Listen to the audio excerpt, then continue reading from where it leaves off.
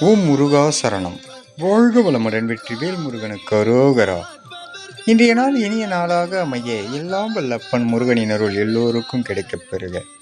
நாம் வாழும் வாழ்க்கையில் ஆசைப்பட்டால் மட்டுமே அடைய முடியும் என்பது மனிதன் குணம். ஆசைப்பட்டால் அவதிப்படுவாய் என்று அருள்வது இறைவன் குணம்.